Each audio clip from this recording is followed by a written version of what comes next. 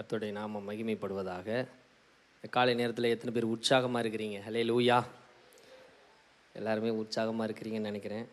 கண்களை மூடி நம்ம ஒரு விஷயாய் ஜெபம் பண்ணுவோம். கர்த்தருடைய வார்த்தைக்காக நம்ம ஒரு விஷயாய் ஜெபம் பண்ணுவோம். பரிசுத்தமுள்ள நல்ல பிதாவே, இந்த அருமையான இந்த காலை வேலைக்காக நன்றி.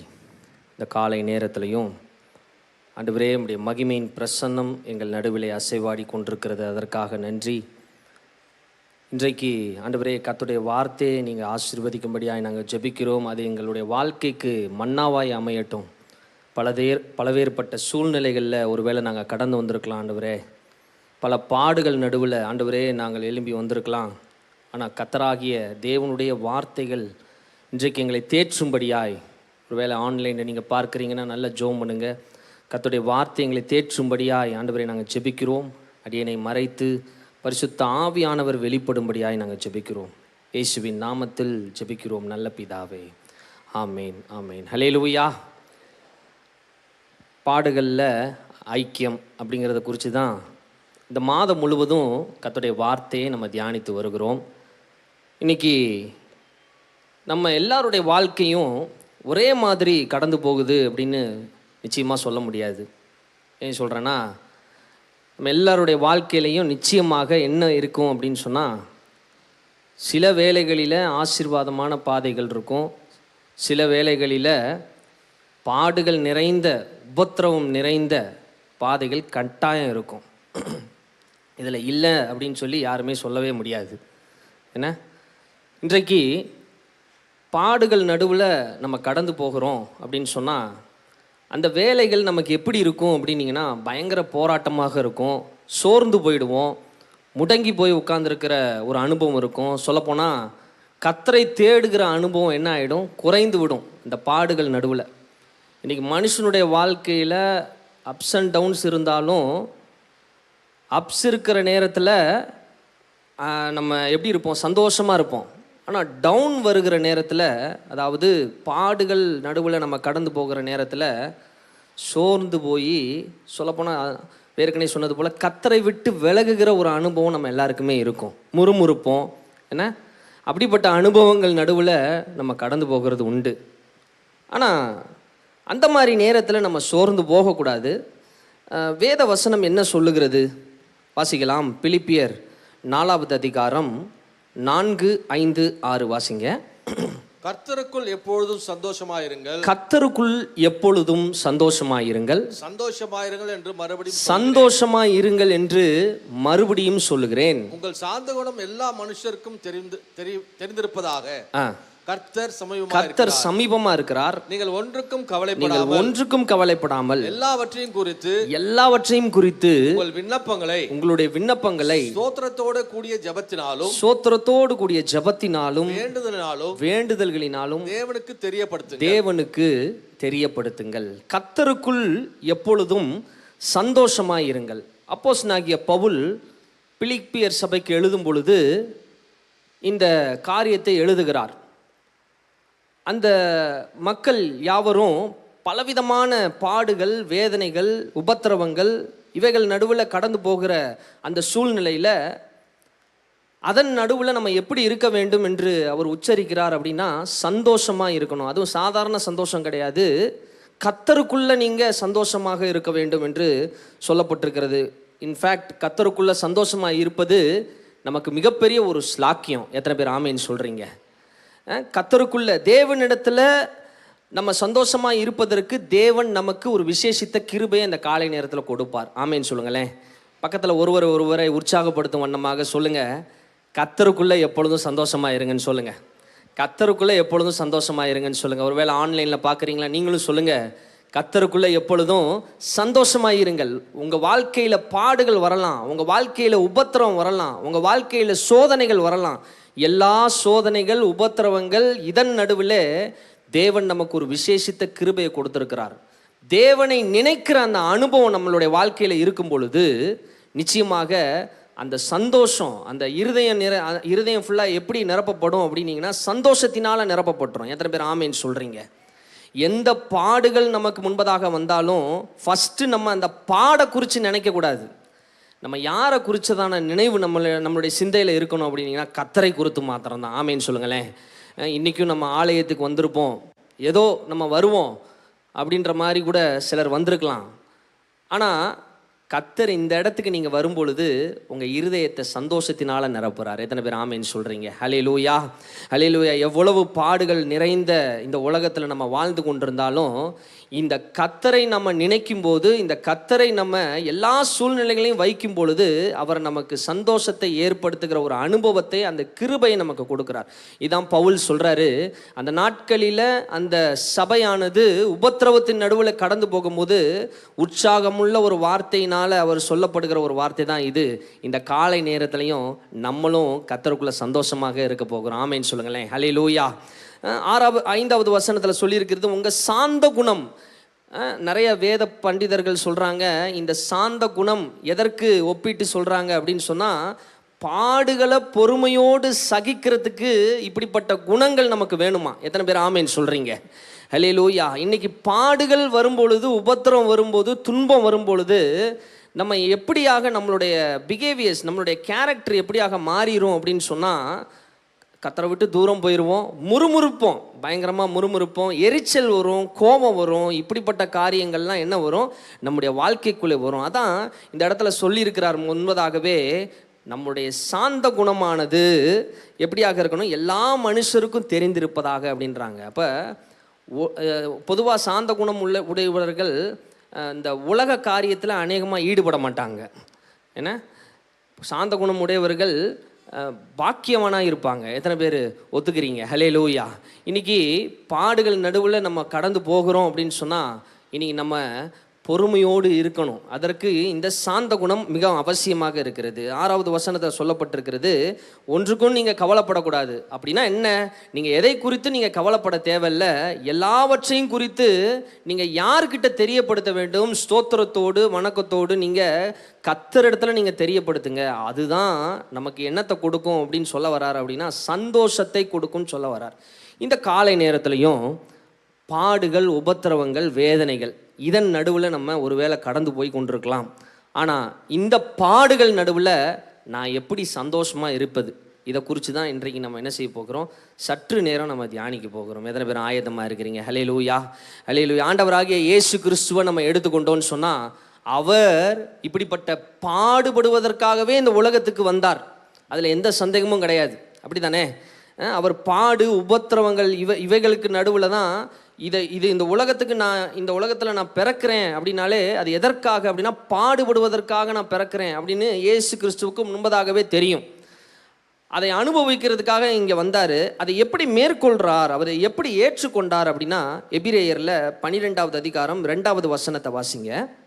அவர் தமக்கு முன் வைத்திருந்த சந்தோஷத்தின் பொருட்டு, அவர் தமக்கு முன் வைத்திருந்த சந்தோஷத்தின் பொருட்டு அவமானத்தை எண்ணல, சிலுவையை சகித்து தேவனுடைய சிங்காசனத்தின் வலது வருஷத்தில் வீற்றிருக்கிறார் என்பதை இந்த இடத்துல சொல்லப்பட்டிருக்கிறது. அப்படின்னா இயேசு கிறிஸ்து பாடுபடணும் அப்படிங்கிறது எதை ஃபுல்ஃபில் பண்ணுது அப்படின்னீங்கன்னா, தேவனுடைய திட்டத்தை ஃபுல்ஃபில் பண்ணுது. ஆண்டவருடைய திட்டம் அது.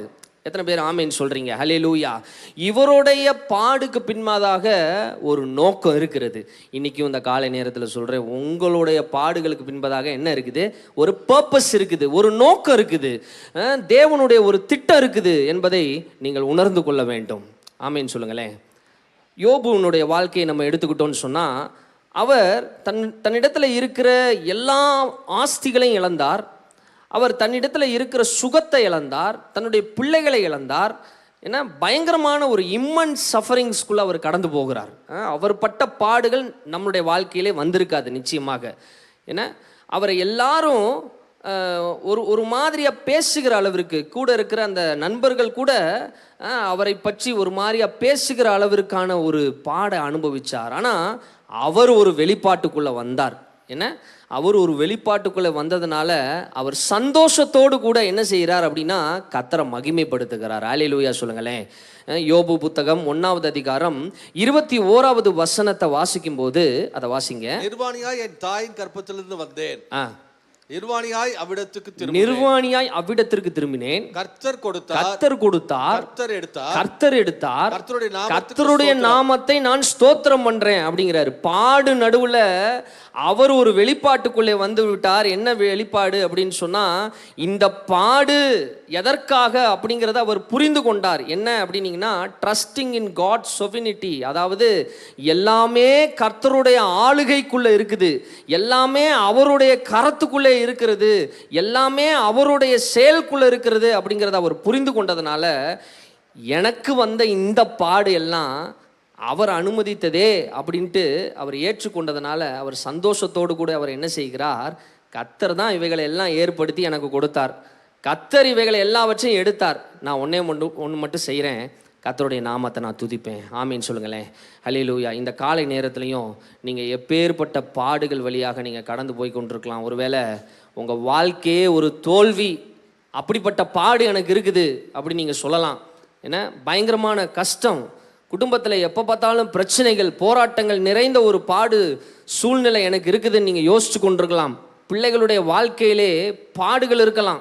ஏன்னா அவர்கள் உங்களுடைய சொல்ல கேட்காம இருக்கலாம், இல்லை அவர்களுடைய எதிர்காலத்தை குறித்து யோசித்து உங்களுக்கு பயங்கரமான ஒரு மன அழுத்தத்தின் பாடுகள் இருக்கலாம். ஃபிசிக்கலாகவும் நமக்கு பாடு தான், மற்றவர்களாலும் நமக்கு பாடு தான்.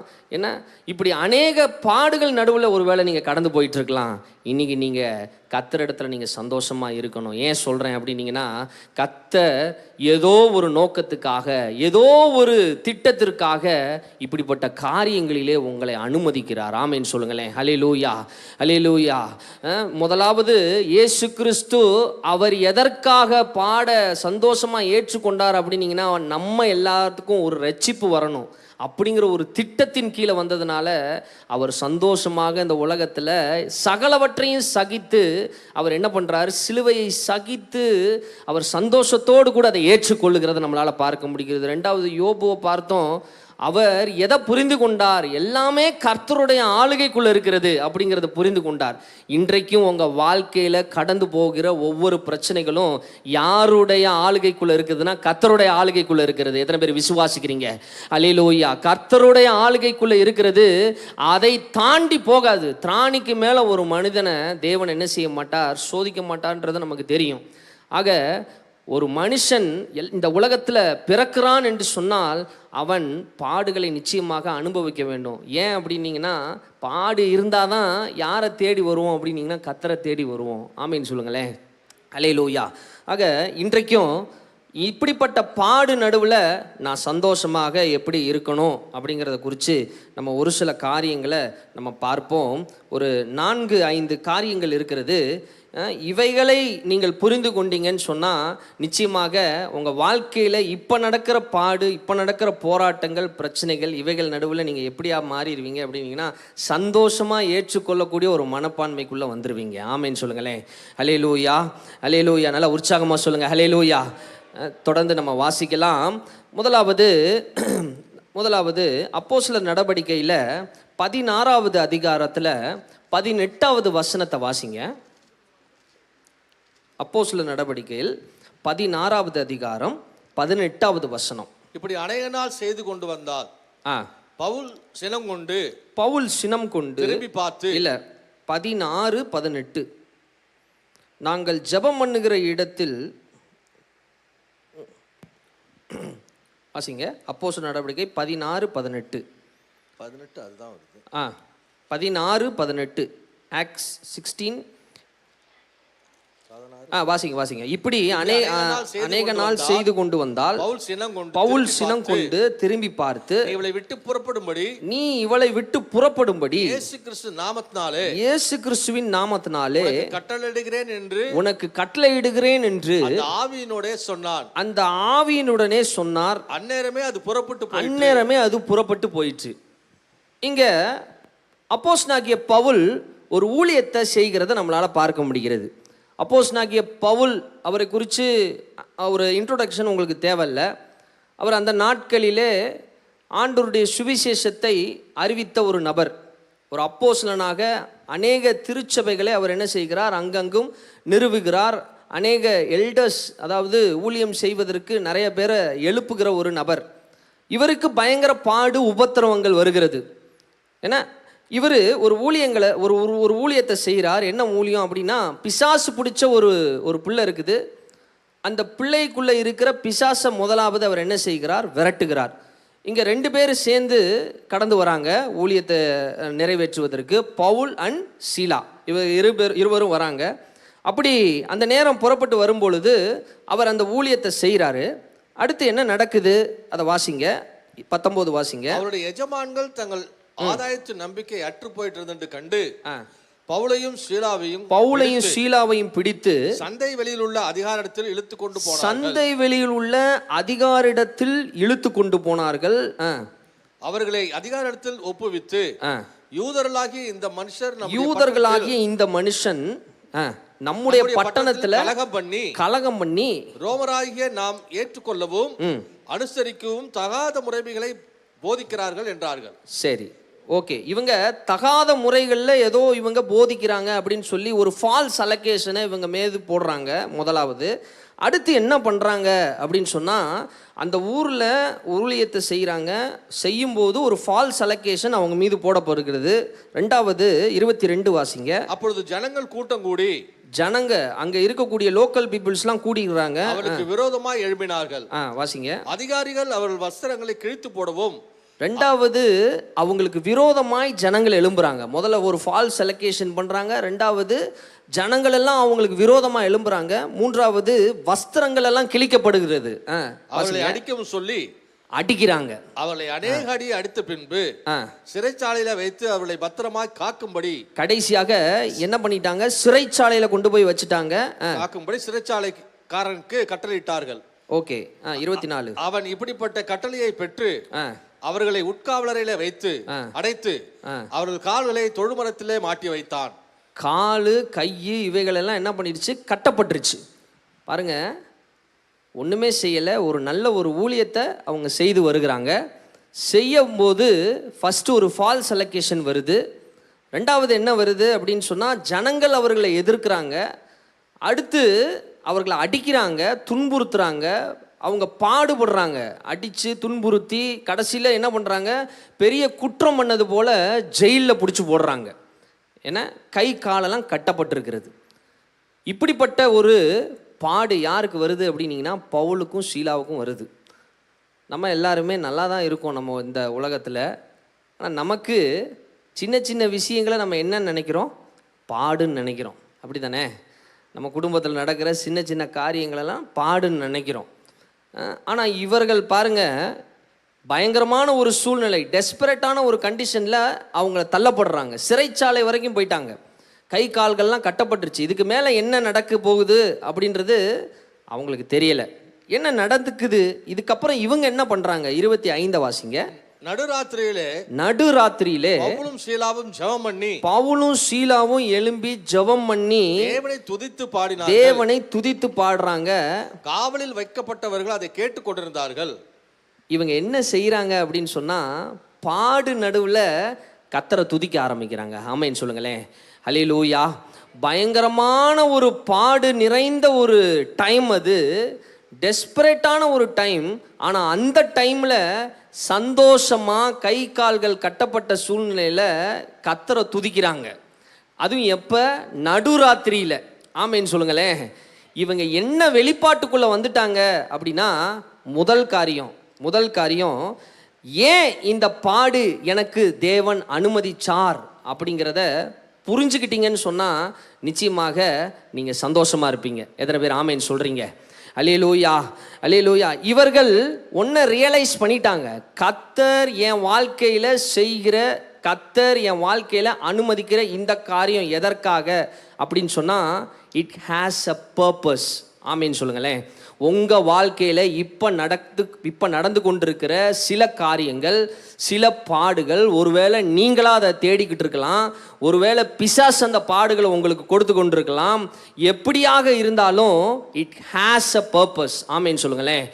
அதற்கு பின்பதாக ஒரு பிகர் பிளான் இருக்குது. இவர்கள் அதை புரிந்து கொண்டார்கள். யார் அப்படின்னீங்கன்னா, இந்த பவுலும் சீலாவும் புரிஞ்சுக்கிட்டாங்க.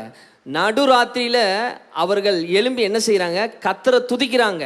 இவர்கள் ஒரு முடிவுக்கு வந்தாருங்க. என்ன அப்படின்னீங்கன்னா, எல்லாமே தேவனுடைய கரத்தில் இருக்கிறது. என்னுடைய மரணம் யார் கையில் இல்லை, இந்த ஜெயிலர் கையிலையோ இல்லை இந்த ஜனங்கள் கையிலையோ இல்லை அப்படிங்கிறத புரிந்து கொண்டார்கள். ஏன் அப்படின்னீங்கன்னா, இதற்கு பின்னாடி யார் இருக்கா, கர்த்தர் இருக்கிறார் அப்படிங்கிறத புரிஞ்சுக்கிட்டாங்க. அல்லேலூயா சொல்லுங்களேன். அல்லேலூயா. பலவிதமான பாடுகள் நடுவில் கடந்து போகும்போது இவர்கள் சந்தோஷத்தை வெளிப்படுத்துகிறாங்க. அதையும் எப்படி, கர்த்தரை துதிக்கிற ஒரு அனுபவம். இன்றைக்கும் நான் சொல்கிறேன், நம்மளை ஒரு வார்த்தை நம்மளை ஒரு வார்த்தை தப்பாக சொல்லியிருந்தாங்க அப்படின்னு சொன்னால் நம்ம என்ன பண்ண மாட்டோம், வீட்டை விட்டு வெளியவே வரமாட்டோம், இல்லை அந்த நபர்கிட்ட என்ன பண்ண மாட்டோம், பேசவே மாட்டோம். ஆனால் இவங்க என்ன செய்கிறாங்க, எந்த சலனத்தையும் அவங்க வெளிப்படுத்தலை, தன்னுடைய முகத்திலையோ இல்லை அவங்க பேச்சிலையோ. அவங்க ஒன்றே ஒரு காரியம் தான் பண்ணுறாங்க, கர்த்தரை துதிக்கிறாங்க. ஆமேன்னு சொல்லுங்களேன். இன்றைக்கும் இப்படிப்பட்ட ஒரு அனுபவம் நமக்கு வரணும். ஃபஸ்ட்டு நம்ம பாடுகளின் நோக்கத்தை புரிந்து கொண்டோன்னு சொன்னால் சந்தோஷமாக இருப்போம். முதலாவது என்ன, ஒரு தங்கம் இருக்குது அப்படின்னு சொன்னால் அந்த தங்கத்தை என்ன பண்ண மாட்டோம், டைரெக்டாக அந்த தங்கத்தை ஆர்னமெண்ட் செய்கிறதுக்கு உபயோகிக்க மாட்டோம். அந்த தங்கத்தை என்ன பண்ணுவோம் அப்படின்னு சொன்னால் உருக்கி அதில் இருக்க இம்ப்யூரிட்டிஸ் எல்லாம் எடுக்கணும். இம்ப்யூரிட்டிஸை எடுத்ததுக்கு பிற்பாடு தான் அந்த தங்கத்தை என்ன செய்ய முடியும், பயன்படுத்த முடியும் ஒரு ஆர்னமெண்ட் செய்வதற்கு. அப்போ அதற்கு ஒரு பர்பஸ் இருக்குது. அதே போல தான் நம்ம வாழ்க்கையில் இந்த பவுல் அண்ட் சீலாவினுடைய வாழ்க்கையில் இந்த பாடு ஏன் அப்படின்னா, அவர்களுக்கு பின்பதாக ஒரு நோக்கம், ஒரு பர்பஸ் இருக்குது. பின்பதாக வாசிங்க, 26 வாசிங்க.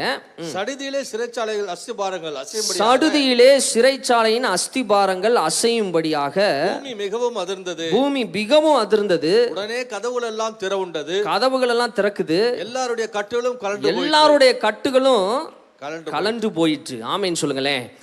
இந்த இடத்துல ஒரு அசாத்தியமான ஒரு சூழ்நிலை நடக்குது. இயற்கைக்கு அப்பாற்பட்ட ஒரு சூழ்நிலை இந்த இடத்துல நடக்கிறத பார்க்கிறோம். முதல்ல நான் சொன்னேன், நமக்கு ஏன் பாடு வருது அப்படிங்கிற அந்த நோக்கத்தை நம்ம தேவன் அனுமதிச்ச அந்த நோக்கத்தை நம்ம புரிந்து கொண்டோம்னு சொன்னால் சந்தோஷமா இருக்க முடியும். ரெண்டாவது, இந்த காரியம் காட்னுடைய அந்த சொவினிட்டியை வெளிப்படுத்துது. இவர்கள் புரிந்து கொண்ட காரியம் என்ன அப்படின்னு சொன்னால், நான் சிறைச்சாலையில் இருக்கேன், கட்டப்பட்ட நிலையில் இருக்கேன், என்னுடைய மரணம் இவங்க கையில் கிடையாது, எல்லாமே தேவனுடைய ஆளுகைக்குள்ளே இருக்கிறது அப்படிங்கிற அந்த உணர்வுகள் அவருக்கு இருக்குது. மாறாக அதை வெளிப்படுத்தும் வண்ணமாக இந்த இடத்துல ஒரு அசாத்தியமான ஒரு சூழல் நடக்குது. ஆமேன்னு சொல்லுங்களேன். ஜெயிலில் அவங்க துதிக்கும் போது ஒரு அசாத்தியமான ஒரு சூழல் அந்த இடத்துல நடந்துக்கிட்டு இருக்குது. அதை யார் பார்த்து வாட்ச் பண்ணுறா அப்படின்னா, வெளியில் இருக்கிற ஆட்கள் எல்லாம் வாட்ச் பண்ணுறாங்க. அடுத்து என்ன நடக்குது, 27 வாசிங்க. சிறைச்சாலைக்காரன் உடனே நித்திரை தெளிந்து சிறைச்சாலையின் கதவுகள் திறந்திருக்கிறதை கண்டு கட்டுண்டவர்கள் ஓடி போனார்கள் என்று எண்ணி. பாருங்க, கட்டப்பட்டவர்கள் எல்லாம் என்ன செஞ்சுட்டாங்க, ஓடி போயிருக்கலாம். ஏன் சொல்றேன் அப்படின்னீங்கன்னா, அந்த இடத்துல ஒரு இயற்கைக்கு அப்பாற்பட்ட ஒரு நிகழ்வு நடக்குது. அவங்களுடைய கை கால்கள்லாம் கட்டப்பட்டிருக்கு பாருங்க, அதெல்லாம் என்ன ஆகுது, ரிலீஸ் ஆகி அப்படியே உட்காந்துருக்காங்க. அவங்க என்ன செய்யலை, அந்த இடத்த விட்டு வெளியே போகலை. ரைட். இது எதை தெரிவிக்குது அப்படின்னு சொன்னால், தேவனை மகிமைப்படுத்துகிற அந்த அனுபவத்தை அந்த இடத்துல தெரிவிக்குது. ஆமேன்னு சொல்லுங்களேன். அவங்க அந்த இடத்துல தேவன் தான் நமக்கு இந்த பிளானை கொடுத்துருக்கிறாரு போல், நம்மளை ரிலீஸ் பண்ணியிருக்கிறாரு போல், நம்ம இந்த இடத்துல இருந்து எஸ்கேப் ஆகிடலாம் அப்படின்னு அவங்க எஸ்கேப் ஆகலை. Still they are waiting. இந்த பாடு அனுமதிச்சிருக்கிறாருன்னா இந்த பர்பஸ் இன்னும் நிறைவேறலை அப்படின்னு அவங்க என்ன செய்கிறாங்க, வெயிட் பண்ணுறாங்க, அதே இடத்துல இருக்காங்க. ஆனால் வெளியில் இருக்க சிறைச்சாலைக்காரன் என்ன நினைக்கிறான், உள்ளே இருக்கிற ஆட்கள் வெளியே போயிட்டாங்களோ, ஐயோ அது நமக்கு பயங்கர கேடாகுமே அப்படின்னு நினச்சி தன்னைத்தானே மாய்த்து கொள்ளுகிற அளவிற்கு அவன் கடந்து போகிறான். கடைசியில் என்ன நடக்குது, 30வது அதிகாரம் வாசிங்க. அவர்கள் வெளியே அழைத்து வந்து, இல்லை 28 வாசிங்க. பவுல் மிகுந்த சத்தம் விட்டு, நீ உனக்கு கெடுதி ஒன்றும் செஞ்சு கொள்ளாத, நாங்கள் எல்லோரும் இங்கே தான் இருக்கிறோம். ஆமேன்னு சொல்லுங்களேன். இதுதான் ஆண்டவருக்கு சாட்சியா நிற்கிறது. ஆமேன்னு சொல்லுங்களேன். இன்னைக்கு பாடுகள் நடுவில் இவங்க ஆண்டவரை மகிமைப்படுத்தும் வண்ணமாக தேவன் அந்த இடத்துல ஒரு அற்புதத்தை செஞ்சிருக்கிறாரு. ஆனாலும் அதை வெளிப்படுத்துகிற வண்ணமாக வெளியில் இருக்கிற அந்த ஜெயிலர் அவன் தற்கொலை பண்ணிக்க போகிறான். அப்போ இவங்க வெளிப்படுறாங்க, நான் உள்ளே தான் இருக்கிறேன், நான் என்ன பண்ணலை, வெளியே போகலை அப்படிங்கிறத காண்பிக்கிறார். அப்போ தேவன் அந்த இடத்துல மகிமைப்படுகிறார். ஆமேன்னு சொல்லுங்களேன். அல்லேலூயா. ரெண்டாவது, நம்ம எப்படி சந்தோஷமாக இருக்க முடியும் அப்படின்னீங்கன்னா, ஆண்டவருடைய ஆளுகைக்குள்ளே எல்லாமே இருக்குது அப்படிங்கிறத நீங்கள் உணர்ந்துட்டீங்கன்னா நிச்சயமாக நீங்கள் சந்தோஷமாக இருப்பீங்க. ஆமேன்னு சொல்லுங்களேன். உங்கள் வாழ்க்கையில் பாடு, உபத்திரவம், துன்பம் இது எல்லாமே அவருடைய ஆளுகைக்குள்ளே இருக்கிறது அப்படின்னு நீங்கள் உணர்ந்துட்டீங்கன்னா நீங்கள் சந்தோஷமாக எந்நாளும் இருப்பீங்க. ஆமேன்னு சொல்லுங்கள். இவங்க அதை உணர்ந்தாங்க, ரைட்? இவங்க அதை உணர்ந்ததுனால இவங்க சந்தோஷத்தை வெளிப்படுத்துகிறாங்க. அதை வெளிப்படுத்துகிற வண்ணமாக தான் பாட்டு பாடுறாங்க. அதே இடத்துல அவங்க கடந்து போகாதபடிக்கு அங்கே இருக்கிறாங்க. அப்படின்னா ஆண்டவருடைய நாமம் அந்த இடத்துல மகிமைப்படும்படிக்கு இவர்கள் சாட்சியாக நிற்கிறார்கள். ஆமேன், அல்லேலூயா. அடுத்து என்ன நடக்குது அப்படின்னு சொன்னால், இப்போ தான் தேவனுடைய திட்டம் நிறைவேறுது. வாசிங்க 29 வாசிங்க. அப்பொழுது அவன் தீபங்களை கொண்டு வர சொல்லி உள்ளே ஓடி நடுநடுங்கி பவுலுக்கும் சீலாவுக்கும் முன்பதாக விழுந்து அவர்களை வெளியே அழைத்து வந்து, ஆண்டவமாரே, ரட்சிக்கப்படுவதற்கு நான் என்ன செய்ய வேண்டும் என்றான். ஆமேன் சொல்லுங்களேன். இந்த ஜெயிலர் கேட்குறாரு பாருங்க, அவரை கம்ஃபர்ட்டிங்கோட அந்த வார்த்தைகள் வருது. யார்கிட்ட இருந்து அப்படின்னீங்கன்னா பவுல்கிட்ட இருந்து. நான் வெளியே போகலப்பா, நான் எங்கே இருக்கேன், உள்ளே தான் இருக்கேன், நீ வா அப்படின்னு. இன்னைக்கு ஆண்டவருடைய அந்த கம்ஃபர்ட்டிங் வார்த்தைகள் நம்மளை என்ன செய்யும், தேற்றும். அந்த ஜெயிலரை தேற்றுறதுனால தான் அவன் வரான். வந்து நீங்கள் உள்ளே தான் இருக்கிறீங்க அப்படின்னு நடுநடுங்கிக்கிட்டு வரான். ஏன் அப்படின்னீங்கன்னா, அந்த இடத்துல ஒரு அசாத்தியமான நிலை நடந்தது. வேதத்தில் நம்ம பார்க்குறோம், இப்போ தான் படித்தோம். அப்போ அந்த நிலை நடந்ததுனால அவன் ஓடி வந்து, ஆண்டவமாரே, நான் ரட்சிக்கப்படுறதுக்கு என்ன வழி அப்படின்னு கேட்குறான். அப்போ இந்த பவுலையும் இந்த சீலாவையும் இப்படிப்பட்ட உபத்திரவத்தில் தேவன் ஏன் நடத்தினார் அப்படின்னு சொன்னால், இந்த ஜெயிலர் ரட்சிக்கப்படணுன்றதுக்காக. ஆமேன்னு சொல்லுங்களேன். அல்லேலூயா. It has a purpose. இதற்கு பின்னாடி ஒரு தேவனுடைய ஒரு திட்டம் இருக்கிறது. நல்ல கரங்களை உயர்த்தி ஆமேன்னு சொல்லுங்க.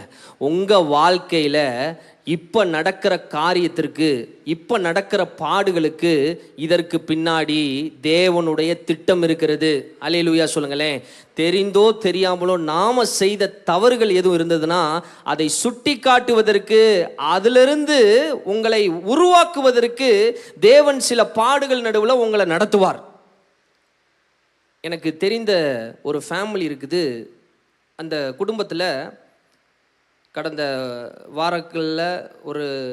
வாரங்களில் போய் சந்திக்கும்போது அங்கே இன்னொரு குடும்பம் உட்கார்ந்துருக்கு. அவங்க ரிலேட்டிவ் அப்படின்னு சொன்னாங்க. அப்படி சொல்லும் பொழுது நான் கேட்குறேன், ரொம்ப அழுதுகிட்டே இருந்தாங்க அவங்க. ஏன் அழுகிறீங்க அப்படின்னு சொல்லி கேட்கும்போது, அவங்கள அன்றைக்கி தான் ஃபஸ்ட் டைம் பார்த்தேன். அவங்களும் சொல்கிறாங்க, நாங்களும் சபைக்கு போகிறவங்க தான். சரி சொல்லுங்கள், உங்கள் பிரச்சனை என்ன அப்படின்னு கேட்கும்போது அவங்க சொல்கிறாங்க, எனக்கு 25 லட்ச ரூபா என்ன இருக்குது அப்படின்னா கடனில் இருக்கிறேன் நான் அப்படின்னு சொல்கிறாங்க. எப்படி கடன் வந்தது அப்படின்னு சொல்லும் பொழுது, நான் வந்து சேமித்து வைத்தேன். நான் வேலை பார்க்குற எல்லா என்னுடைய சேலரிஸையும் நான் என்ன பண்ணுவேன், சேமித்து வைத்து சிறுக சேர்த்த அந்த காசை நான் சேமித்து வைத்து 25 லட்ச ரூபா நான் வச்சுருந்தேன். ஆனால் அந்த 25 லட்ச ரூபாயை நான் பேராசைப்பட்டு, அதாவது அந்த பணத்தை பெருக்கணும் அப்படிங்கிறதுக்காக அந்த பணத்தை என்ன பண்ணிட்டாராம், வட்டிக்கு விட்டுட்டார். ரைட்? சபைக்கு போகிற ஒரு நபர் வட்டிக்கு விட்டுட்டார். அப்போ அது சொல்லும் பொழுது ரொம்ப துக்கத்தோடு, நான் செய்தது தவறு அப்படின்னு சொல்லி உணர்ந்து அவர் சொல்கிறார். அப்போ வட்டிக்கு விட்ட அந்த காசு என்ன ஆயிட்டு அப்படின்னு சொன்னால், திரும்ப போய் கேட்கும்போது அது அந்த அந்த யார் வாங்கினாங்களோ அந்த வீட்டில் அந்த நபர் என்ன ஆயிட்டார், மரித்து போயிட்டார். ஸோ அதனால் அவங்க மனைவி என்ன பண்ணிட்டாங்க, அதாவது அந்த மரித்து போனவருடைய அவங்க மனைவி, அவங்க தான் கடன் வாங்கியிருக்காங்க, வட்டிக்கு வாங்கியிருக்க அவங்க சொல்லிட்டாங்க, எனக்கும் இதுக்கும் எந்த சம்மந்தமும் கிடையாது. ஸோ எந்த கோர்ட்லேயும் எந்த கேஸும் எதுவுமே போட முடியாது. ஏன்னு சொன்னால் இது தெரியாமல் கொடுத்த ஒரு அமௌண்ட், வட்டிக்காக அப்படின்னு சொல்லி கொடுக்கப்பட்ட அமௌண்ட். ஸோ எதுவுமே பண்ண முடியல. இப்போ நான் கடனாளியாக நிற்கிறேன். என்னுடைய சொந்த தேவைக்காக நான் என்ன பண்ணிட்டேன், வெளியில் கடன் வாங்கிட்டாங்க. அவங்க ஒரு பர்பஸ்க்காக வெளியில் கடன் வாங்கிட்டாங்க. சரி, இந்த அமௌண்ட்டும் சேர்த்து இன்னும் கொஞ்சம் அமௌண்ட் வரும்போது நம்ம என்ன பண்ணிக்கலாம், அதை கொடுத்துக்கலாம் அப்படின்ற ஒரு பிளானில் என்ன பண்ணிட்டாங்க, இவங்க வெளியில் கடன் வாங்கிட்டாங்க. 25 லட்ச ரூபா கடன் இருக்கிறது. இப்போ நான் என்ன பண்ண போகிறேன், என்கிட்ட இருக்கிற ப்ராப்பர்ட்டிஸ் எல்லாம் நான் விற்கிற நிலைமைக்கு நான் வந்துட்டேன் அப்படின்னு அழுதுகிட்டு இருக்கிறாங்க. இந்த காரியம் கத்தரால் வந்ததுன்னு நினைக்கிறோமா? இல்லை, அவங்களா தேடிக்கிட்டது. ஆனால் இதுலேயும் ஒரு நன்மை இருக்குது. என்ன நன்மை அப்படின்னீங்கன்னா, இந்த காரியம் கொஞ்ச காலத்துக்கு தான், ரைட்? இதை ஏன் தேவன் அனுமதிச்சார் அப்படின்னா, இதற்கு அப்புறம் அவங்க இனிமேல் யாருக்கிட்டையும் கடன் வாங்க மாட்டாங்க, கடன் கொடுக்க மாட்டாங்க. அது மாத்திரம் இல்லை, குறிப்பாக வட்டிக்குன்னு சொல்லி என்ன செய்ய மாட்டாங்க, கொடுக்க மாட்டாங்க. அப்போ அதை உணர்த்துகிறார் பாருங்க தேவன். ஹல்லேலூயா சொல்லுங்களேன். It has a purpose. அந்த பாடுகளுக்கு நடுவில் கர்த்தர் ஒரு விஷயத்தை கற்றுக் கொடுக்குறார். அப்படி தானே? இன்றைக்கும் நம்ம வாழ்க்கையில் நம்ம தெரிஞ்சோ தெரியாமலோ ஏதாவது ஒரு தவறுகளை நம்ம செய்திருப்போம்னு சொன்னால், இன்றைக்கி நம்ம சரியாகணும், நம்மளை உருவாக்கணும். இன்றைக்கி அவங்க உணர்ந்துருக்குறாங்க. என்ன உணர்ந்துருக்குறாங்க?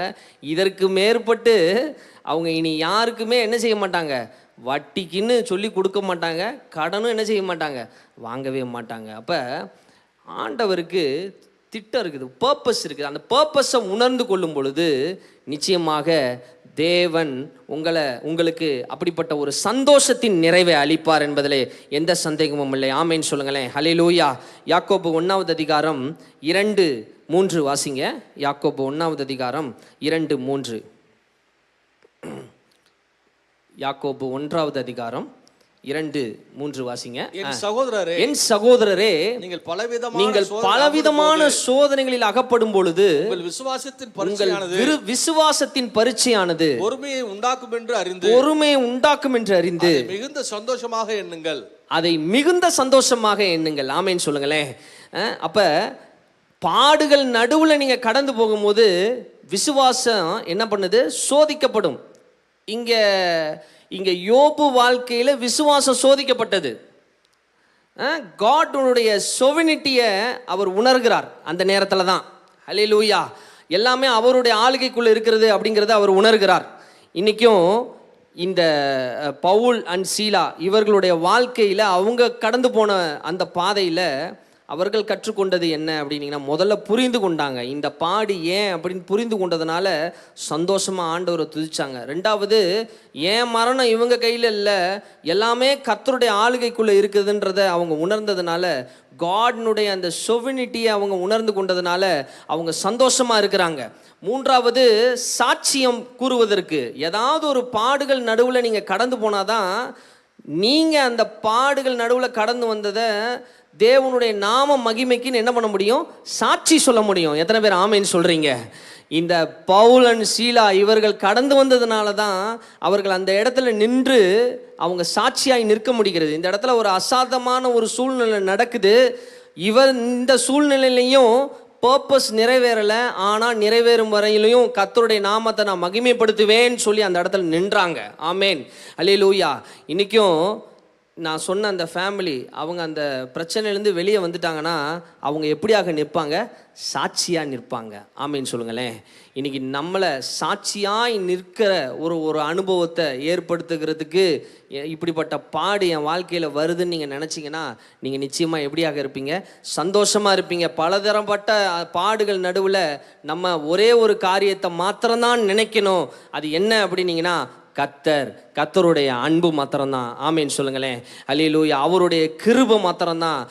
நம்ம நினைக்கும் பொழுது தேவன் நம்மளை எப்படியாக வைப்பார் அப்படின்னா, சந்தோஷமாக வைப்பார். ஆமேன்னு சொல்லுங்களேன். அல்லேலூயா. ஹட்சன் டெய்லர் அப்படின்ற ஒரு மிஷினரி இருக்கிறார். அந்த மிஷினரினுடைய வாழ்க்கையை நம்ம எடுத்துக்கிட்டோன்னு சொன்னால், அதாவது சீன தேசத்துக்கு அவர் தான் முதல்ல அந்த காஸ்பலை எடுத்துக்கொண்டு போகிறார். என்ன, சுவிசேஷத்தை எடுத்துக்கொண்டு போகிற ஒரு நபர். அந்த நபருடைய வாழ்க்கையில் அவர் உடல் ரீதியாகவும் பயங்கர பாடு அவருக்கு. ஏன்னா அவருடைய குடும்பத்தில் இருக்கிற நபர்கள் அவர்களும் மரித்து போகிறாங்க. ஏன் அப்படின்னீங்கன்னா, அந்த சைனா அந்த நாட்டில் அவர்களுக்கு ஒரு ப்ராசிக்யூஷன் வருது, ஒரு நெருக்கம் வருது. அந்த நெருக்கத்தில் அவங்க மனைவி பிள்ளைகள் இவர்களையெல்லாம் இழந்து போயிடுறாரு. அநேக நாள் அவர் எங்கே இருந்திருக்கிறார் அப்படின்னா, ஜெயிலில் இருந்திருக்கிறார். ஏன்னா அந்த பாடுகள் நடுவுலையும் அவர் விடாப்புடியாக அவர் செய்த காரியம் என்ன அப்படின்னீங்கன்னா, ஆண்டவருடைய சுவிசேஷ பணியை அந்த தேசத்தில் இருந்து அவர் செய்து வந்தார். அவர் எதற்கு பேர் போனவர் அப்படின்னீங்கன்னா, பயங்கரமான சஃபரிங்ஸ்லையும் ஒரே ஒரு காரியத்தை அவர் செய்து கொண்டே இருந்தார். அது என்ன அப்படின்னீங்கன்னா, அந்த காஸ்பல் ஷேரிங்க. ஹல்லேலூயா சொல்லுங்களேன். இன்னைக்கு நம்ம வாழ்க்கையில் சின்னதாக நமக்கு ஒரு பாடு வருது அப்படின்னு சொன்னால் நம்ம எதை நினைக்கிறோம் அப்படின்னா உலகத்தின் காரியங்களை சில பேர் நினைப்போம்.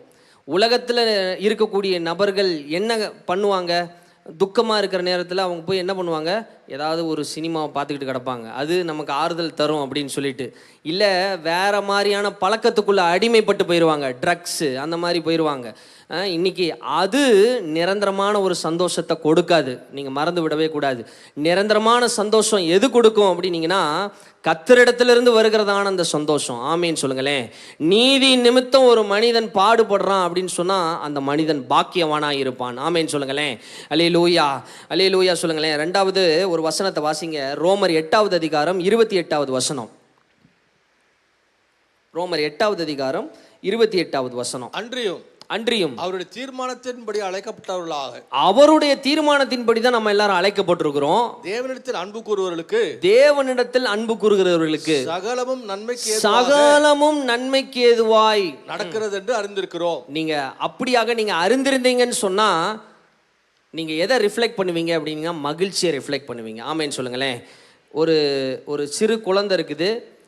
அந்த சிறு குழந்தை சைக்கிள் ஓட்டுதுன்னு வச்சுக்கோங்க. சைக்கிள் ஓட்டும் பொழுது கீழே விழுந்து பயங்கரமாக அடிபடும். அந்த பிள்ளைக்கு அடிபட்டு திரும்பவும் எழும்பி மறுபடியும் அந்த சைக்கிளை ஓட்டும் போது பின்னாடி பேக்கிங்லேருந்து யார் அதுக்கு சப்போர்ட் பண்ணுவா அப்படின்னீங்கன்னா அவங்க பேரண்ட்ஸ், அவங்க அப்பாவோ அம்மாவோ இல்லை வேறு யாரோ கூட இருந்து என்ன பண்ணுவாங்க, சப்போர்ட்டிவாக இருந்து உற்சாகப்படுத்துவாங்க. அப்படி தானே?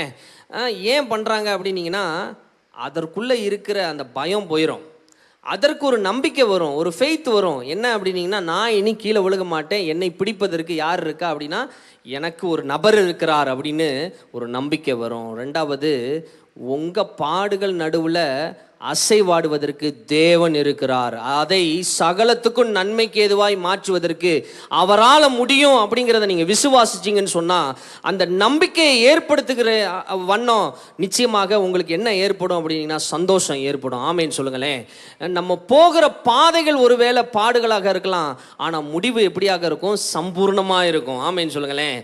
இன்னைக்கு நம்ம வாழ்க்கையில் நீங்கள் எந்த பாடுகளில் வேணாலும் நீங்கள் கடந்து போய் கொண்டிருக்கலாம், ஆனால் ஒரே ஒரு நோக்கம்தான், எல்லாமே அவரோட கையில் இருக்கிறது. God knows everything. தேவனுக்கு எல்லாமே தெரியும், அவர் எல்லாவற்றையும் பார்த்து கொள்வான்ற விசுவாசமும் நம்பிக்கையும் உங்களிடத்துல வளர்க்கிறதுக்கு ஒருவேளை ஆண்டவர் என்ன பண்ணுவார், இப்படிப்பட்ட பாடுகள் நடுவில் உங்களை நடத்துவார். 1 பேதுரு 3வது அதிகாரம் 15வது வசனத்தை வாசிங்க. 1 பேதுரு 3வது அதிகாரம் 15வது வசனம். கர்த்தராகிய தேவனை உங்கள் இருதயங்களில் பரிசுத்தம் பண்ணுங்கள், உங்களில் இருக்கிற நம்பிக்கையை குறித்து உங்களிடத்தில் விசாரிச்சு கேட்கிற யாவருக்கும் சாந்தத்தோடும் வணக்கத்தோடும் உத்தரவு சொல்ல உங்க மூலமாக தேவன் மகிமைப்படுவார் அப்படின்னு நீங்க நினைச்சீங்கன்னா நிச்சயமாக நீங்க எப்படி இருப்பீங்க, சந்தோஷமா இருப்பீங்க. ஹல்லேலூயா சொல்லுங்களேன்.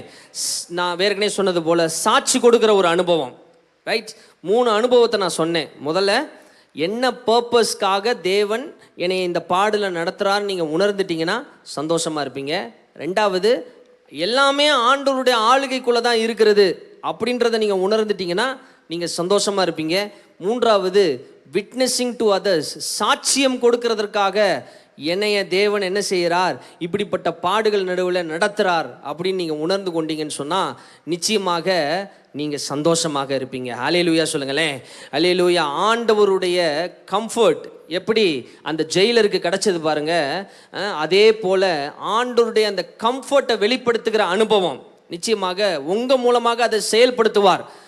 அப்போ இந்த பாடுகள் நம்மளுக்கு என்னவற்றை கற்றுக் கொடுக்கும் அப்படின்னீங்கன்னா, முதலாவது உங்களை மேன்மைப்படுத்துவதற்காக, ரெண்டாவது உங்களை உருவாக்குவதற்காக, மூன்றாவது உங்கள் மூலமாக யாராவது ஒரு நபர் ரட்சிப்புக்குள்ளே வரணும் அப்படிங்கிறதுக்காக சில திட்டத்தின் வழியாக தேவன் என்ன செய்கிறார், உங்களை நடத்துகிறார். நான்காவது, இட் ஹேஸ் அ பர்பஸ். இது எல்லாமே பர்பஸ், சரியா? இது எல்லாமே அவருடைய பிளான். அந்த பிளான்குள்ளே நான் இருக்கிறேன்றதை நீங்கள் உணர்ந்து கொண்டீங்கன்னு சொன்னால் நிச்சயமாக நம்ம வாழ்க்கையில் நம்ம துக்கப்பட மாட்டோம், நம்ம சந்தோஷமாக இருப்போம். ஆமேன்னு சொல்லுங்களேன். 2 கொரிந்தியர் 1வது அதிகாரம் 4வது வசனத்தை வாசிங்க. 2 கொரிந்தியர் 1வது அதிகாரம் 4வது வசனம். 2 கொரிந்தியர் 1வது அதிகாரம் 4. தேவனாலே எங்களுக்கு அருளப்பட்டிருக்கிற ஆறுதலினாலே எந்த எந்த உபத்திரவங்களாகிலும் ஆ, அகப்படுகிறவர்களுக்கு நாங்கள் ஆறுதல் செய்ய திராணி உள்ளவர்களாகும்படி எங்களுக்கு வரும் சகல உபத்திரவங்களிலே அவரே எங்களுக்கு ஆறுதல் செய்கிறார். இந்த உணர்வு நமக்கு இருக்க வேண்டும். ஆமேன்னு சொல்லுங்களேன். ஒருவேளை நீங்கள் பயங்கரமான போராட்ட சூழ்நிலையில் நீங்கள் கடந்து வந்திருக்கலாம். என்னுடைய தேவன் என்னுடைய ஜெபத்துக்கு பதில் கொடுக்க மாட்டாரா? ஏன் தேவன் என்னுடைய வாழ்க்கைக்குள்ளே ஊடுருவ மாட்டாரா? இப்படிலாம் நீங்கள் நினச்சிக்கிட்டு இருக்கலாம். இன்னைக்கு தேவன் உங்கள் ஆளுகைக்குள்ளே தான் இருக்கிறார். எத்தனை பேர் ஆமேன்னு சொல்கிறீங்க? உங்கள் பிரச்சனையின் நடுவில் அவர் அசைவாடுகிறார். அதை உணரணும் இந்த காலை நேரத்தில். ஆமேன்னு சொல்லுங்களேன். அப்போ நான் உடைக்கப்படணும், நான் உருவாக்கப்படணும், ஏன் மூலமாக ஒரு காரியம் நடக்கணும், ஏன் மூலமாக ஒரு திட்டம் செயல்படணும், இப்படின்ற ஒரு காரியத்திற்காக தேவன் பாடுகளை அனுமதித்து கொண்டிருக்கிறார் உங்கள் வாழ்க்கையில், என் வாழ்க்கையில், எல்லாருடைய வாழ்க்கையிலையும். அல்லேலூயா சொல்லுங்களேன். என்னுடைய சாட்சியை சொல்லணும் அப்படின்னு சொன்னால், இன்றைக்கு நான் இந்த இடத்துல ஒரு ஊழியராக நிற்கிறேன் அப்படின்னு சொன்னால் அதற்கு காரணம் என்னுடைய மூத்த மகள் தான் நான் சொல்ல முடியும். ஏன் அப்படின்னு சொல்கிறேன்னா, மதுரையிலே படித்து வளர்ந்து வேலையின் நிமித்தமாக நான் இந்த சென்னை பட்டணத்துக்கு வந்தேன். ஏன்னா நான் ரட்சிக்கப்பட்டதற்கு முழு காரணமும் என்னுடைய மகள் தான் நான் சொல்ல முடியும். ஏன் அப்படின்னா, அவள் ஒரு ஸ்பெஷல் சைல்டு. ஏன்னா அவளால் சுயமாக எந்த செயலையும் செய்ய முடியாது. சாப்பாடு நாங்கள் தான் ஊட்டணும், அவளுக்கு பேம்பர்ஸ் நாங்கள் தான் மாற்றணும், எல்லா செயல்களும் நாங்கள் தான் செய்யணும். அவளுக்கு ஒரு ஆள் கூடவே இருக்கணும். பிறந்த அந்த 3 மாதத்திலிருந்து அவளுக்கு பயங்கரமாக ஃபிட்ஸ் வரும். அப்படிப்பட்ட ஒரு நோய் அவளுக்கு இருந்தது. அப்போல்லாம் நாங்கள் ரட்சிக்கப்படலை. ஆனால் அந்த நாட்களில் பாருங்கள், தேவனுடைய திட்டம் நிறைவேறுது பாருங்கள். எப்படி அப்படின்னா, அந்த பயங்கரமான சூழ்நிலை டாக்டர்ஸ் எல்லாம் கை விரிச்சிட்டாங்க. இது ரொம்ப உங்கள் மகளுக்கு ஃபிட்ஸ் வருது, ஸோ அதனால் காப்பாற்ற முடியாது, நீங்கள் என்ன பண்ணிடுங்க, எடுத்துக்கிட்டு போயிருங்க அப்படின்னு வடபழனியில் இருக்கிற அந்த சூர்யா ஹாஸ்பிட்டலில் வச்சுருக்கும்போது அங்கே ஒரு சகோதரி எங்களை பார்த்து ஆண்டவருடைய சுவிசேஷத்தை சொன்னாங்க. அந்த ராத்திரியை நாங்கள் ஒப்பு கொடுத்தோம். ஏன்னா அந்த ராத்திரியை ஒப்பு கொடுத்து கர்த்தருக்கு நேராக நாங்கள் திரும்பினோம். பாருங்கள், என்னுடைய மகள் பிழைத்தா. அல்லேலூயா சொல்லுங்களேன். 1 வயசு தாண்டாது அப்படின்னு சொன்ன அந்த மகள் இன்றைக்கு 10 வயதாகிறது. அல்லேலூயா. அப்போ இந்த குழந்தை ஆண்டோடைய நாம மகிமைக்கே பிறந்தது அப்படின்னு தைரியமாக சொல்ல முடியும். ஏன் அப்படின்னீங்கன்னா, நாங்கள் கடந்து வருகிற அந்த பாதை பயங்கரமான ஒரு சூழல் தான். நமக்கு ஒரு பெரியவங்களுக்கு உடம்பு உள்ளனாலே நமக்கு எப்படி இருக்கும், பயங்கர கஷ்டமாக இருக்கும். ஆனால் ஒவ்வொரு நாளும் பாட அனுபவிக்கணும் நாங்கள் அந்த குழந்தையை வைத்து கொண்டு. ஆனால் தேவன் கற்றுக்கொண்டார். என்னை என்ன செய்கிறார், உடைக்கிறார், என்னை உருவாக்குறார். நீ எனக்கு தேவை என்பதை உணர்த்தினார். யார் மூலமாக அப்படின்னா, என் மகள் மூலமாக உணர்த்துறார். என் மகள் இப்படிப்பட்ட பாடுகள் நடுவில் கடந்து வருகிறா அப்படின்னு சொன்னால் அதற்கு காரணம் என்ன அப்படின்னீங்கன்னா, அநேக ஜனத்தை ரட்சிக்கும்படியாய் நான் உன்னை அழைக்கிறேன் அப்படின்னு சொல்லும்போது நான் அப்படியே என்னுடைய வேலையெல்லாம் விட்டுட்டு நான் என்ன செய்கிறேன், அப்படியே ஊழியத்துக்குள்ளே வந்து இன்றைக்கு உங்கள் முன்னாடி நான் நிற்கிறேன், இந்த திருச்சபையோடு இணைந்து நான் ஊழியம் செய்கிறேன்னு சொல்கிறேன். அப்படின்னா இதற்கு பின்னாடி என்னுடைய மகளும் ஒரு காரணமாக இருக்கிறார். அல்லேலூயா சொல்லுங்களேன். ஒவ்வொரு நாளும் கடந்து போகிறது பாடு. ஆனால் அந்த நாட்களில் அந்த மகள் துடிக்கும் போது எங்களுக்கு பயங்கர வேதனையாக இருக்கும், பயங்கர கஷ்டமாக இருக்கும், அழுகையின் பாதையாக இருக்கும் ஒவ்வொரு நாளும். ஆனால் இப்போ அந்த மகள் கஷ்டப்படும் போது, வேதனைப்படும் போது ஆண்டவரை துதிக்கிறோம். அல்லேலூயா சொல்லுங்களேன். ஏன் சொல்கிறேன்னா, இந்த மகளில் இப்படிப்பட்ட பாடு ஏன் அப்படின்னா, இதற்கு பின்னாடி ஒரு திட்டம் இருக்குது. நான் உணர்ந்துட்டேன். இது எல்லாமே தேவனுடைய கரத்தில் இருக்கிறது. நான் உணர்ந்து கொண்டேன். இது சாட்சியம் கூறுவதற்காக இவள் இப்படிப்பட்ட பாடுகளிலே கடந்து போகிறான்றதை நான் உணர்ந்துட்டேன். அநேகருக்கு இந்த பாடு கம்ஃபர்ட்டை கொடுக்கும், ஆண்டவருடைய அந்த கம்ஃபர்ட்டை கொடுக்கும் அப்படிங்கிறத நாங்கள் உணர்ந்ததுனால இன்றைக்கு ஆண்டவருடைய ஊழியங்களை செய்கிறோம். அல்லேலூயா சொல்லுங்களேன். நான் பின்மாற்றத்தில் போகலை, நாங்கள் முறுமுறுக்கலை. இப்போ என் மகளுக்கு அந்த ஃபிட்ஸு நின்று கிட்டத்தட்ட 4 வருஷம் ஆச்சு. அல்லேலூயா சொல்லுங்களேன். ஆண்டவருடைய நாம மகிமைக்கே இந்த குழந்தை பிறந்ததுன்றதை தேவன் எங்களுக்கு உணர்த்தினார். இன்னைக்கு உங்கள் வாழ்க்கையில் பயங்கரமான போராட்டங்கள் இருக்கலாம். நம்ம ஒரு விஷயாய் நம்ம தேவனோட சமூகத்தில் நம்ம கேட்போம், ஆண்டவரே என் வாழ்க்கையில் பயங்கரமான சூழ்நிலைகள் இருக்கலாம், ஆண்டவரே என் குடும்பம் பயங்கரமான ஒரு போராட்டத்தின் மத்தியில் இருக்கலாம், ஆண்டவரே எனக்கு பயங்கரமான ஒரு பலவீனம் இருக்கலாம், ஆண்டவரே இந்த நாளில் என்னைய நான் ஆண்டவரே அப்பா ஒப்பு கொடுக்கிறேன்னு சொல்லுங்கள். எல்லாரும் கரங்களை உயர்த்தி தேவ சமூகத்தில் உங்களை நீங்கள் ஒப்பு கொடுங்க.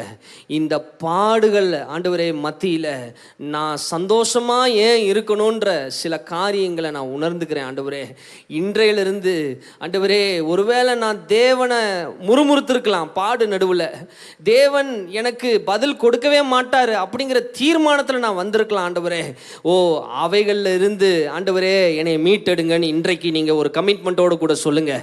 ஆண்டவரே அப்பா நான் உடைக்கப்படணும்னு சொல்லுங்கள். ஆண்டவரே அதற்காக ஒருவேளை எனக்கு இந்த பாடம் அனுபவிச்சிருக்கலாம். ஆண்டவரே எனக்குள்ளே இருக்கிற காரியங்கள் மாறணும், குணங்கள் மாறணும் அப்படிங்கிறதுக்காக எனக்கு இந்த பாடுகளை நீங்கள் என்ன செஞ்சுருக்கலாம், அனுமதிச்சிருக்கலாம். ஆண்டவரே என்னைய உடைக்கிறீர்னு சொன்னால் நிச்சயமாக அதில் உருவாக்குகிற ஒரு அனுபவம் இருக்கும்ப்பா.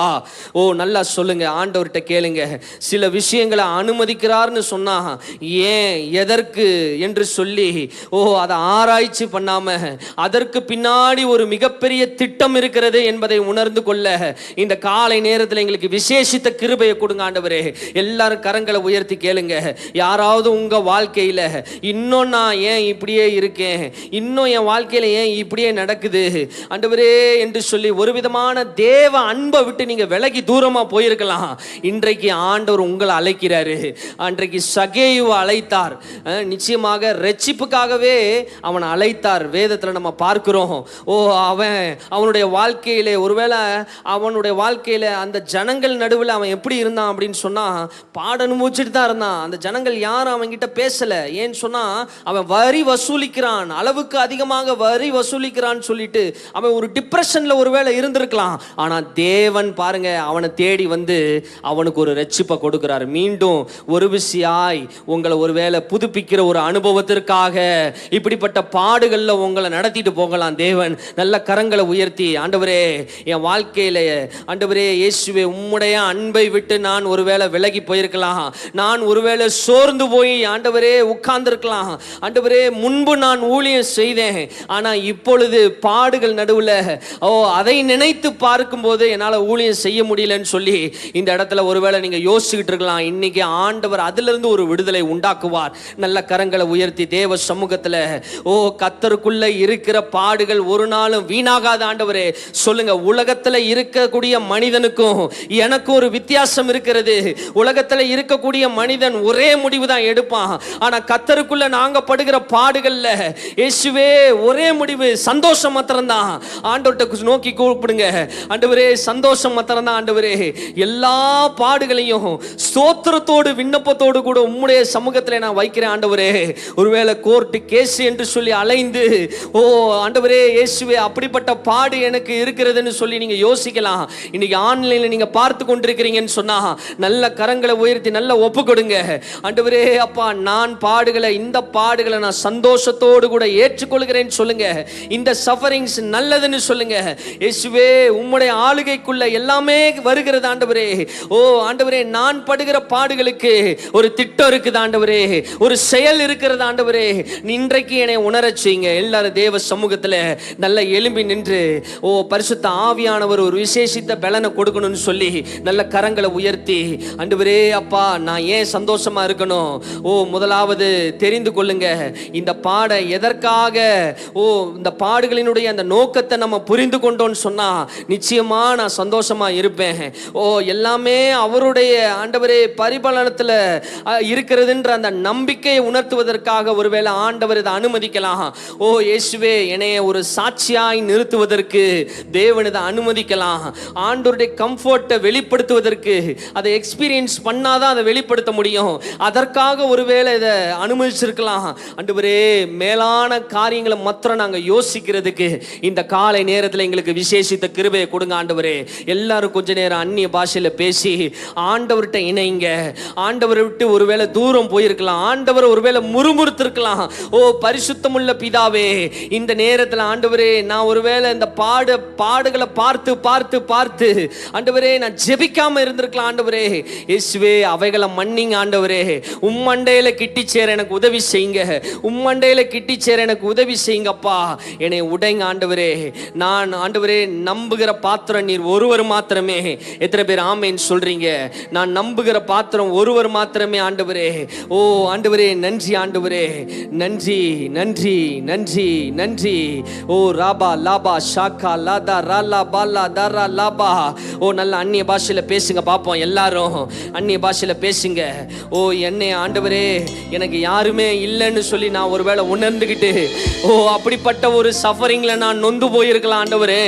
இயேசுவே, எனக்குள்ள டிப்ரெஷன் ஆவி இருக்கலாம் ஆண்டவரே. இவைகளை எடுத்து போடுவதற்கு இந்த காலை நேரத்தில் உம்மால கூடும் சொல்றோம். எப்பொழுதும் சந்தோஷமா இருங்கள் என்று மீண்டும் மீண்டும் சொல்லுகிறீர். அந்த காரியம், அந்த கிருபை இந்த காலை நேரத்தை எனக்கு கொடுங்கப்பா. பள்ளத்தின் நடுவில் நான் நடந்தே, அச்சத்தின் உச்சத்தை பார்த்தே, ஒளியில்லா இருளில் நான் நடந்தே, இயேசுவில்லா வாழ்வை நான் வெறுத்தேன். சொல்லுங்க. பள்ளத்தின் நடுவில் நான் நடந்தே, அச்சத்தின் உச்சத்தை பார்த்தே, ஒளியில்லா இருளில் நான் நடந்தே, இயேசுவில்லா வாழ்வை நான் வெறுத்தே. உடைத்தே உருவாக்கினே, சிச்சித்தே சீர்படுத்தினே, புடமிட்டே புதிதாக்கினீர், பிரித்தே பிரியாதிருந்தீர். உடைத்தே உருவாக்கினே, சிச்சித்தே சீர்படுத்தினே, புடமிட்டே புதிதாக்கினே, பிரித்தே பிரியாதிருந்தே. எனக்கு யாருண்டு கலங்கின நேரத்தில் உம் கரம் என்னை நடத்தியதே. எனக்கு யாருண்டு கலங்கின நேரத்தில் உம் கரம் என்னை நடத்தியது. உடைத்தே, எல்லாரும் சொல்லுங்க, என்னை உருவாக்குங்கப்பா. என்னை உடைக்கிறது, இந்த பாடுகள் நடுவில் என்னை உடைக்கிறது, உருவாக்குறதற்கு இயேசுவே சிட்சித்தி சிட்சித்தி சீர்படுத்தினே, உடமிட்டே புதிதாக்கினே, பிரித்தே பிரியாதிருந்தே.